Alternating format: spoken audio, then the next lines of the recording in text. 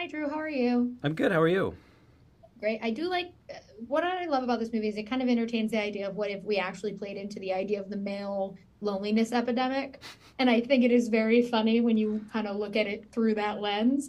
But you have so many layers you get to kind of explore with not only the premise of this movie, but the way you've crafted these characters.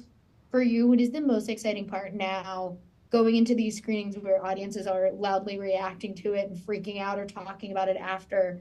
That like what is your favorite part about getting to talk about it in that kind of capacity? I mean, there are a lot of different things that I love. I think one of my favorite things is just hearing two people talk about it post screening, and even if they don't like it and they're talking to someone that likes it, it's you can see like the conversation they're having is like they're very invested in this, and they have big ideas, and I get why some people can't really connect to the movie because it's asking a lot to like to have a character be a robot to be the most empathetic character in the movie. Like that is a big ask. Mhm. So I totally understand, but it's fun just to see people, just the discussions they have about this technology existing, what they would do if they had a companion, how it would affect them, and yeah, that's the fun part is the conversation after it. Man, I said one of my favorite things is I love an iris needle drop. I think it's one of Thank the, as a you, millennial, I'm thank you. fully Yeah, on board with the thank you. iris return. But it did make me wonder. I'm like, okay, well now, like, what song would I name a companion after? Obviously, you picked Iris, but have you like thought about people talking about that the movie in that way, where they're like, well, that made me think about this thing, and now I'm kind of thinking of it as a meme. Yeah, I mean specifically that needle drop is my one of my favorite moments in the whole movie. And Mhm. you're making a low budget movie, like even though we have a New Line logo at the beginning of it, we still are kind of an independent movie mindset.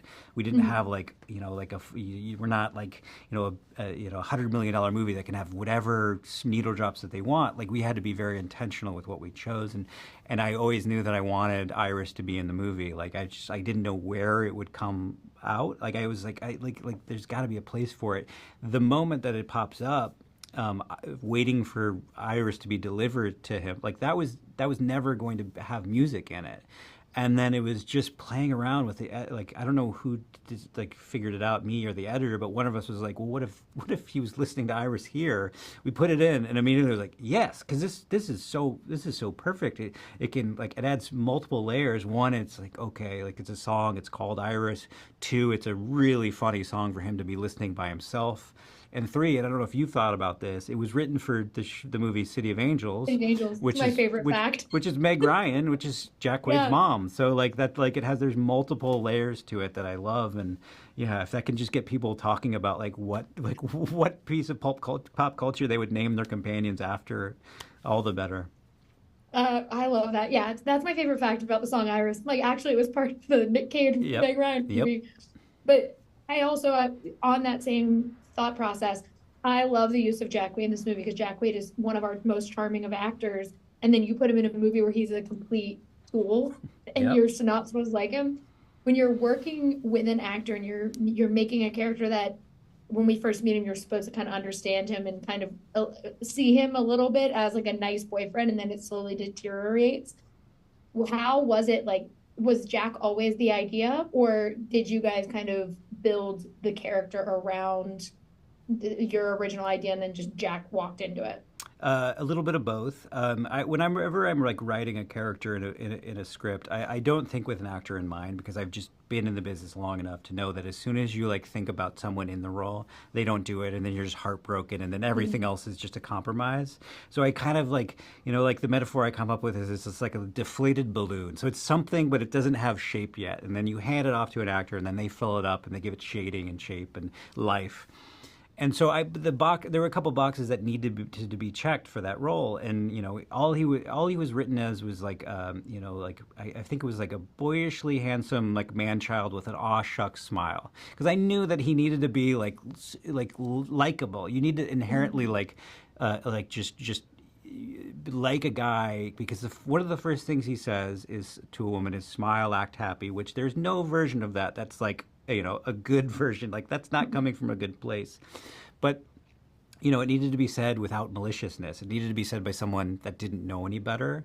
It's like that Mm. kind of that like that like that 90s early 2000s tropey like Jay Baruchel like that like like nice guy but doesn't know any better, like the doofy guy. And as soon as Jack, like I sat down with my Jack, we met for coffee, and he sits down, and it's not like I was like, oh my god, you're Josh, because I didn't see like the similarities, but I was like, oh my god, I immediately love you. And like you could say anything right now and it would be great because you're just such a likable guy. And he had that aw shucks smile, and he had everything I needed in it. And then it just became like like the like it just became like, when is what's the line that's too far with this character. Mm. So when we're like, for every line we did two takes. One take would be as likable as possible, and then one take would be, let's lean into the villain and let's just see what it's like. And so because you don't know in post what's gonna work and not work. And so we needed like that, like to have options to play around with when we were in the editing, just to make sure that like Josh's arc is believable